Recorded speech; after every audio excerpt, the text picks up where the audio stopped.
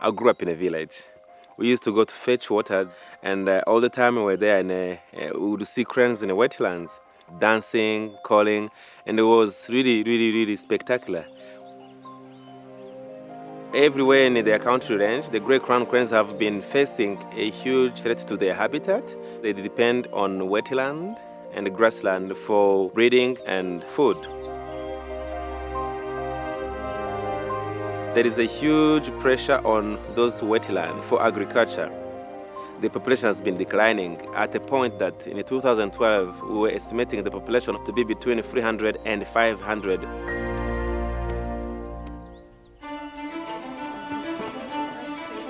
The future belongs to young ones.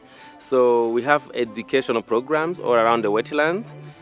What we are doing here is to restore what we have lost. Today we have planted over 300 seedlings, and we are going to monitor and make sure this area restores and grows again into a healthy section of the buffer zone.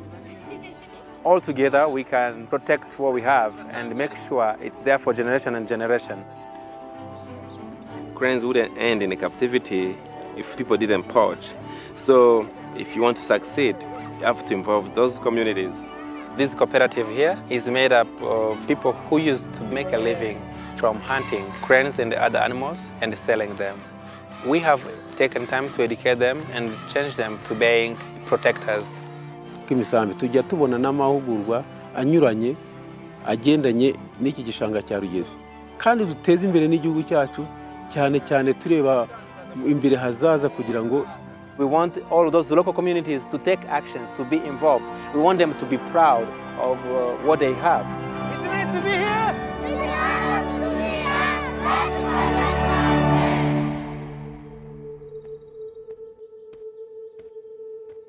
here! In my country, especially, there is a domestic consumption.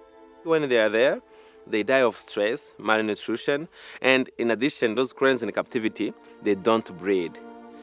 Some of the cranes can have a second chance and can be used to increase the wild population of cranes in the country.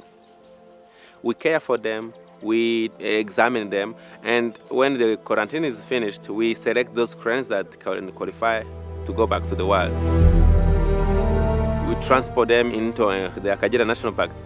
This is the first step for them becoming free, getting their wings and getting out into the rest of the park. Today we'll be hitting 100 cranes in the wild.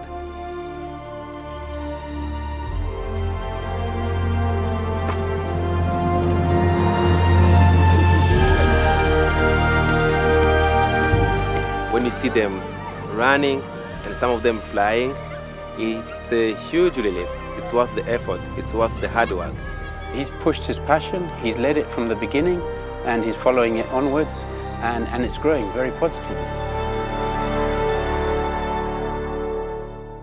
Cranes, they like to flock up, to find food together, fly together. And every time I see them, it reminds me how, like, as humans, we need to work in a team. We can't succeed with everything we are doing without working together.